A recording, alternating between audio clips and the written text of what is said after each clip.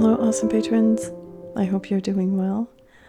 This is the October Owl Book Project illustration, and I'm showing you the color combination that we have chosen a few months ago. I do apologize for the gesturals. I'm doing a voiceover over real-time commentaries that I had recorded at the same time I was doing the illustration, but for some reason the audio files from my external mic got corrupted, so I'm redoing that.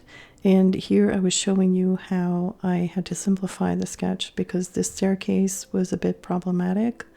It's got a few angles and some of the bars are overlapping, and it just became too confusing to illustrate, and I knew I was going to be in trouble with the painting portion just because of that. So I redid it, and I also had to restart the illustration because I'm sorry about that. That was my phone. I've had to redo the illustration. I've explained that before, but that pen that I just showed you is not waterproof, contrary to what the barrel says. I think it has to do with the paper that I'm using, but I had to find another solution. So I have found two solutions actually in my stash. But here I'm pointing at some of the mistakes that I did when I transferred the sketch a second time, but I've decided to move on and not worry too much about it. The mistakes were adding decorations on some of the bars that I didn't have to. And also I decided to omit the bars that would represent the other side of the staircase at that angle. And here is the pen that I found in my stash. This is a gel pen. It's the Uniball I. And I actually found another one also by Uniball. And it is the Vision Needle. Yes, Vision Needle. I will list all that in the post, at the end of the post. So all the materials that I'm using and that I have found, I will post all of those. So you don't have to worry about that. And the rest of the design was transferred with just my regular HB mechanical pencil. Because of this paper, which is very fragile, I decided not to tape it to a board because it just simply shreds the paper when I remove the tape. So what I did is wet the back of the paper with clean water and this hacky brush, and then flip it over and then re-wet the front. So what that does is that it temporarily adheres the paper very securely onto a work surface. Obviously, you need a non-porous work surface for this to work. And then I was able to give it a nice wash without worrying too much about buckling. It does buckle a little bit, but not overly. So yeah, it's just a good trick to know and to use. Yes, I like to spray my watercolors prior to painting. Some people say that you should not do that, apparently. The reason is supposedly because some of the watercolor paints that you're not using but keep re-wetting all the time can develop mold. But I don't live in a very humid area, and I always let my paint dry before closing my case. I put a little tent over it, but there's definitely air going in to help dry the paint, so I'm not worried about that. Okay, so back to the illustration. I wanted to depict a sunset scene, but from kind of like coming in from behind the buildings. So for that reason, the colors are going to move from yellow to peachy to purple. That was just an artist choice. I don't think that is realistically correct, but I'm not aiming for realistic at all. And so that's just a choice that I decided to take. So the one thing that I would suggest to you is that when you do the first wash, if you're going to work on multiple layers, keep your first wash as light as possible. This is just to set the tone to the whole painting and to help mask the white of the paper. It's a nice underpainting. But if you start too dark, then you might end up regretting it, because as we all know, watercolor is very difficult to lift. Some of the colors can be quite staining. So I always err on the precaution. Is that how you say it? No.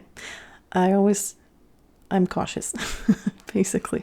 There was a proverb there that I was trying to, or a saying that I was trying to use to work. But yeah, so what I did is I used Indian yellow for the lightest value, and then I'm moving on to Prussian green over the trees. And at that point, I'm not concerned about some of the colors going onto the buildings or areas that don't necessarily require that particular color, because it doesn't really matter. It's very light. So the first brush that I used when I started painting was an oval brush, and I just showed two other brushes that I intend to use alternately. It's a number 8 round and a number 2 round, and they are both by Silver Black Velvet. And again, I will list everything in the post, but just to let you know. So here is the peachy kind of color, and for this I used Indian yellow with transparent Pyro Orange. Yes, to get that peachy color. Now, I forgot to tell you, when the image got blurry a few seconds ago, that is an indicator to you that I have let the paper dry. I kind of always do that, but it's not always obvious. So this is the second layer, and the paper is dry completely. So you can see it has buckled a little bit, but not all that much. And in some areas, like I was afraid that the color I'm using would mask off the staircase, but it didn't. Just because I think I have also used a bit of the Titan Buff in that mix, and Titan Buff is very opaque, so I was afraid of that, but in the end it didn't matter all that much. And I'm going over the steps of the staircase because I will be painting them in a darker color. So anything that I could do to make my life easier, meaning going over some of the shapes that are not necessarily the color I'm using at the moment, I did. Because at the end of the day, it's still an illustration that took me quite a while to render, and I knew I had to find some shortcuts. So, there are some decisions there that were taken that are probably not acceptable, but that are contrary to what you would normally do. But if you know in advance what colors you're going to be using for certain areas, you can get away with having some other colors underneath. And sometimes it can also give you nice results. If you have a color underneath and then you apply another color over it, the color will not be as pure as you would have wanted it to be, but I think it's nice. It can be nice sometimes because the initial layer sets the tone to the painting. And so sometimes you get another shade of the color on your second layer, and it just helps unify the whole thing, if you know what I mean. So, yeah. And plus I had very small areas that I needed to paint. So I took a few shortcuts. And you'll see now I'm doing the peachy color in the sky, and the sky is already, like I said, dry.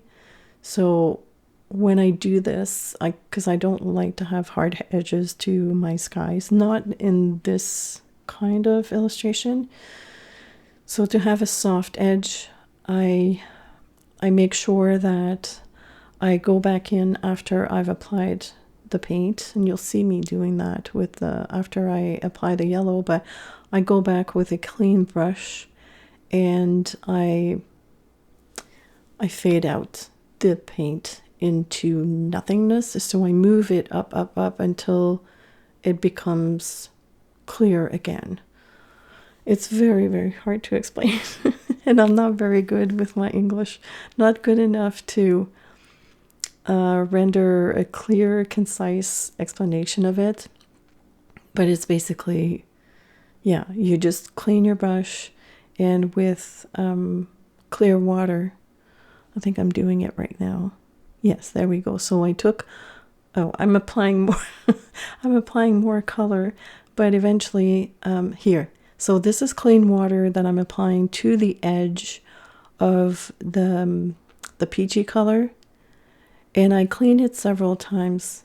I'm not sure that I've recorded all of that, but I clean it several times, and I move my clean brush towards the top of the paper, and that helps softening the edges, basically. And I do the same right now as I'm pushing down that yellow color into the peachy one. So it's essentially what you would refer to as working wet on dry technique, which is not always conducive to soft edges. Usually when you want to have a beautiful soft background, you would work wet on wet and then try to even out all the colors that you're dropping into the wet area. But because I didn't want to necessarily repaint the entire sky, it's still doable to get soft edges if you're very careful and if you don't apply a super dark color over your first layer. So this is kind of like what I was saying earlier. Always proceed with caution if when working with layers, and this is my approach in any way. Some people might have a different opinion, but I'm always more cautious, and then if I need to add more, then I still have that freedom. I'm also going to drop in a bit of moon glow at the bottom. I had to correct that later on because I felt that the application of that moon glow is very spotty.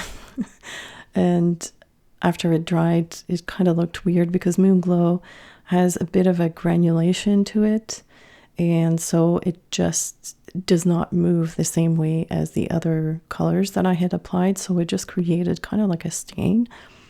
Luckily, I was able to even that out in another layer. The one thing I hadn't decided upon before I started this painting was the color that I wanted to have for the buildings. And for this, I kind of went away from my initial idea, which was to create a similar scene that you would see here in Montreal. In fact, the type of buildings that I have chosen are not typically what you would find in that area. So I kind of took quite a few liberties from, let's call it the theme. But all the other colors I had already planned out, and I ended up choosing Titan Buff for all the buildings. And then that way it created some sort of breathing room because the trees are going to be painted in a modular fashion. You'll see what I mean later on, but they're all green with accents of orange and yellow because we're talking about October, so I was trying to also stay within the theme. So by keeping the buildings neutral and the accents on the buildings, like the windowsills and even the windows, the inside of the windows, pretty much everything is neutral. So I think that helped create some kind of a good balance for that painting. And in fact, I should really say right off the bat, because I know I'm very I'm very hard on my work. I really, really like this illustration as well. So I think the past, I want to say since July, I'm really into the style that I have developed for this kind of illustration. They're all similar pretty much. And so I'm seeing myself going into this more and more. That's not to say that I'm not going to put in, loose paintings and doodles here and there, obviously, because I need that. I need all the styles. But I'm glad I kind of stuck with this style for the remainder of the year, for this project anyways, because I always have fun coming up with the sketches, which is something that I've decided not to record because I do it with two different mediums. So while I'm painting beige all over the buildings, so as not to bore you, I will talk about my process because inherently it's part of my the final painting and my kind of art. So what I do is come up with a sketch idea. Usually I am influenced by the quote. This time around, not so much, although it talks a bit about the past and what to retain from the past. And that was a thought that came to mind when I was thinking about October, my childhood, my past. I did talk about that a bit in previous posts, but essentially, my mother had an aunt who was my favorite aunt. So my great aunt, I guess. And she lived in that area where you would find those staircases. And every October or November, we would go visit her, and with my mother, and I would stay in her living room. At the time, she had one of the very first color TVs, which was awesome. And she also had quite an extensive library, beautiful bookcase that took over one wall, and she had tons of encyclopedias. And even at a very young age, I was very much into encyclopedias. And so I always sat on the floor. I remember I always sat on the floor and leafed through her encyclopedias while I watched color TV. But the thing that really made a difference from my neighborhood where I used to live in her neighborhood is that the houses were all attached. So you would see like an entire street. And for those who are from Montreal, I don't know if I have any patrons from Montreal, but she lived on Delormier.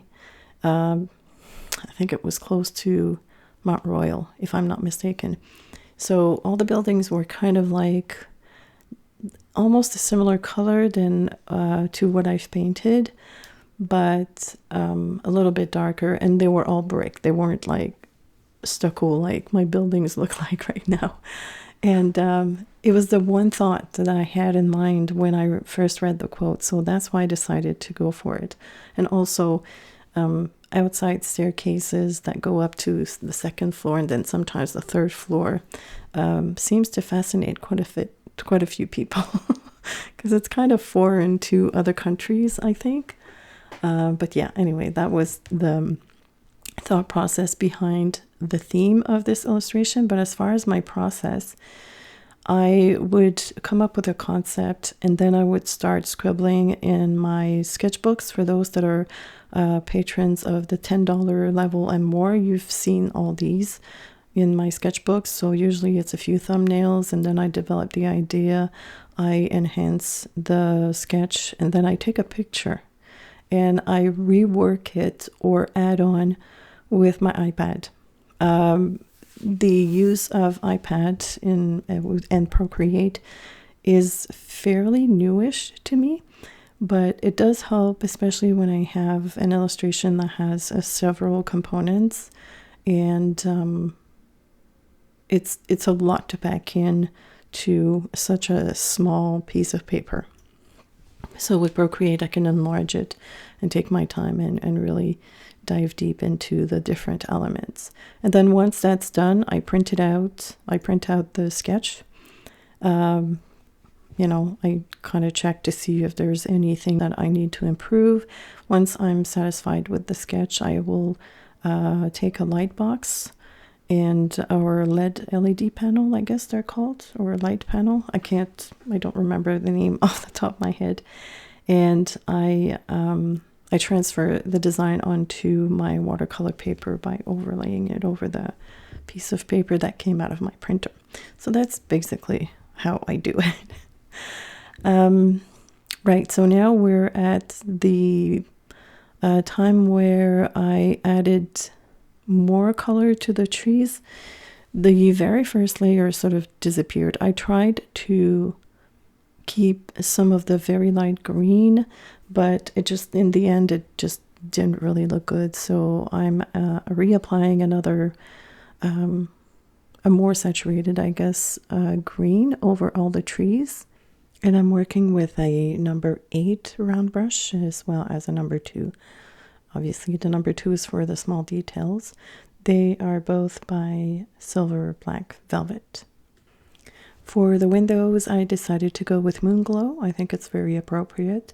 It's almost like a neutral because it's kind of like a violet gray, so I thought it was quite appropriate. I didn't want to go super dark in the windows. And I didn't want to go too bright either. So if you use some kind of a neutral with a little tint, I believe it does the job well. So here I'm showing you how I came up with the brown for the tree trunk and the branches. I mixed Moonglow with Prussian green, and here I realize I'm picking up the wrong green. This is I think it's jadeite green, but it didn't matter in the end because I ended up doing a second batch and I got it pretty close to the original one. And I'm also mixing in transparent Pyrrole Orange in the mix with a tiny bit of the Indian yellow. Purple and greens tend to go towards a cool brown. So I figured with the orange / Indian yellow, I would get a warmer tone of brown, and it totally worked. I could have gone for a pre-mixed color, but I didn't want to add to my color palette. And there's always a way to either mix a brown or a gray with the existing colors that you have in most color combination anyway. So by keeping the same colors that I have everywhere else on the illustration, I feel like it reads better, it's more cohesive, and so that's why I ended up mixing my own colors. And there's really no recipe for mixing colors. You just have to keep adding colors, and if you've gone too far, you can always redo it. Unfortunately, you waste whatever you've done before, but I think getting used to mixing your own colors is a good way to understand your paints. And in all honesty, we always have way too many colors in our palette. I'm more of the mindset moving forward that I need to reduce the amount of paints I have, and keeping my my cases to a minimum. Right now I'm working off of 2 cases and it bothers me. I might even go back to using paint out of my tubes if I'm working on with a specific color palette for a specific project, instead of having the 2 cases open. I can add paint directly from the tube onto the many porcelain palettes that I have. Also, there's one thing that bothers me about the setup that I have right now. I would love to use bigger brushes, especially flat brushes, but to fit a brush in a half pan, which is what I have the most of, is really difficult and it bothers me. So by working on with your paint tubes, you can even use like palette paper if you don't like to be limited. But I feel like either a palette that has larger wells or one of those ceramic palettes would be easier for me, or would be more satisfactory, and that way I wouldn't feel like I'm limited in as to the sizes of brushes that I use, especially since I really want to do bigger paintings, which requires obviously bigger brushes. I think I will probably make the switch sometime this year, or at least experiment with a different setup. I believe I use the same mix of brown for the doors and some of the trims on the buildings. I may have added a bit more yellow to make the brown warmer. And I have to say that I had to cut down the footage dramatically. Obviously, there are some steps that are repetitive, and unless I'm using a specific technique, if it's just me coloring in, let's say, all the trees, a base layer of all the trees, obviously, I did not leave everything in because the final edit was clocking at 1 hour and 1 minute. I'm currently, while I'm doing the voiceover, cutting down some of the bits because, again, for repetition's sakes, it does not really add any value to the narrative. So I'm just trying to keep it as smooth as possible because uploading an hour-long video to YouTube could be problematic given my past history with YouTube fumbles. So now we are at the third layer of the tree. And I don't know if you notice, but if you take a look at the drawn lines on the trees, some of them have, how do I explain this? Added pockets? I sectioned off some of the trees. That's a better way to explain it. And that's so that I could introduce different shades of green within one tree. And that will also help in contrasting some of the colors. Because having all the trees the same shade would make for a dull illustration. And I don't think it would fit the style that I'm using at the moment. So I've done kind of like two things. First of all, I've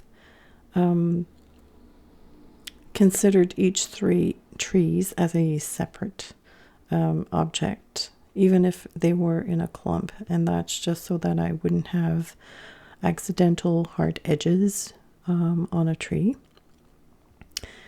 And on some of them, I decided to just shade at the bottom, and so I would apply like a darker shade of green underneath, like at the bottom, and then I would use the same technique that I did for the sky, meaning that I would feather out the color by using a clean brush and just moving the color around so that I would fade to nothing at the top of the tree, if that makes sense. I also sometimes dropped orange and excuse me, and yellow, just because we're talking about autumn. October, and also that adds to the contrasts, so it's a good visual. And on some of them I added another layer of these colors. I can't tell you which ones. I'm just basically letting the colors dry, and if I feel that it's not as vibrant as I wanted it to, then I gave it another coat with all the colors that I had chosen. So for instance, these trees are way up at the top, they're closer to the setting sun, and so I thought, not only because the foliage is changing color, but also because the sun is kind of like hitting them, it would be nice to have them look more vibrant and warmer. So that was my thought process. Then you'll see later on that I have added like distinct colors or shades of the green to the different pockets or sections that I've created on some of the trees. And you will see that, I don't think I need to explain, you will see that in the next segment. So I think at this point, because I've pretty much talked about all the techniques, I will let you watch with some music and I'll be back.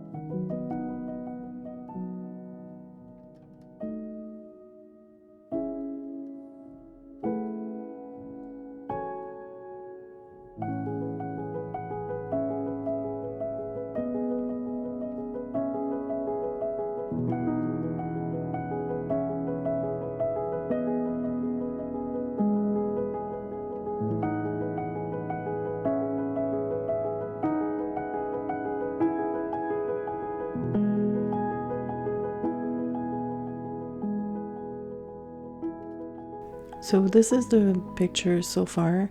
So it's kind of like the midpoint of the painting process. And I mean, I did say that I used different shades of green, but it's one green only. And it's Prussian green, which is a cool dark green. So obviously to get the different shades, I had to add yellow. And the darkest value in the trees are very saturated Prussian green. That's it. So this is the actual color at its mass tone. So from that color to the light green, you can pretty much gather that I have had to add quite a bit of yellow and also quite a bit of water, because water also dilutes the pigments, or breaks down the pigments. Then I went in with another layer of a Titan buff on some parts of the buildings, just to add more interest, because obviously they are on different planes, meaning that some of them are closer to the eye. So I saw it fitting to shade some of them, or to darken some of them. I didn't do a lot of shading on the buildings, actually. Here is the point where I decided to add more of the moon glow, because, as I've mentioned, I didn't like the stain.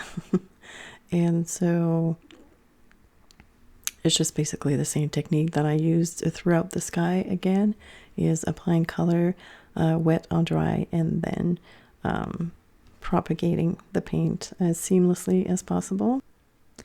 I also made sure to add Moonglow in between the steps, because I had previously forgotten about it. And you'll also notice that I have two shrubs going behind the staircase, and that's just to add more interest.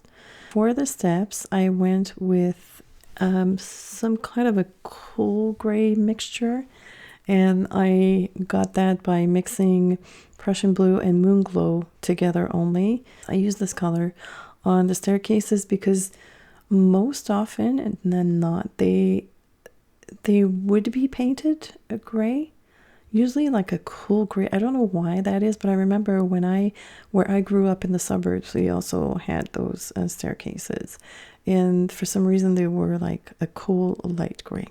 So that's why I went for gray. Now here is a closer look at how I mix the brown. So you saw that I just started with the last shade of green that I had in my palette when I did the trees. I added Prussian green, and here I'm going to be adding Moonglow, and that was still quite a bit too green for my liking. And so I ended up adding, for that reason, I added the Moonglow. And obviously, this is still at this point not necessarily gray, but it needed some warmth. And this is when I added the transparent Pyrrole Orange. And you see me like painting that area like within the mixing palette. I just wanted to make sure like I kind of stretched the color and see what it would look like at its lightest value. And this is when I decided, no, it needs a bit more warmth. So I added Indian yellow and tested out on a piece of paper. That was my wrist cracking. It was very loud in my ears. I hope it didn't scare you. Yeah, so, and here, more yellow. Yeah, so have a piece of scrap paper next to you, but do yourself a favor though, always use the same kind of paper that you're working with on the final painting. That will give you the exact idea of what it will look like. And so this is more detailing. I used that very, very warm brown. It's almost like a raw sienna at this point, to just add more interest to some of the buildings.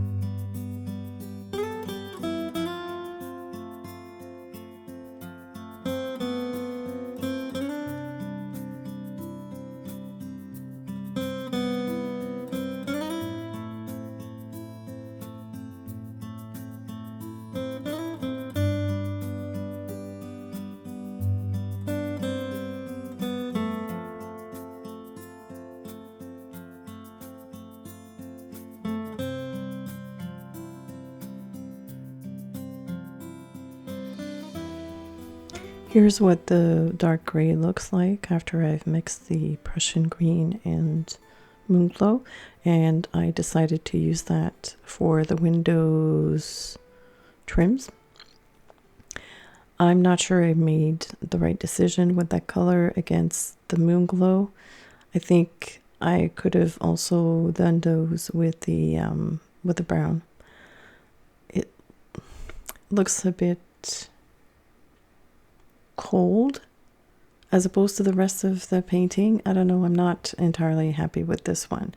I mean, I did say I like the painting, but if I had to change something, it would be that. I think it was cool against cool, not my cup of tea.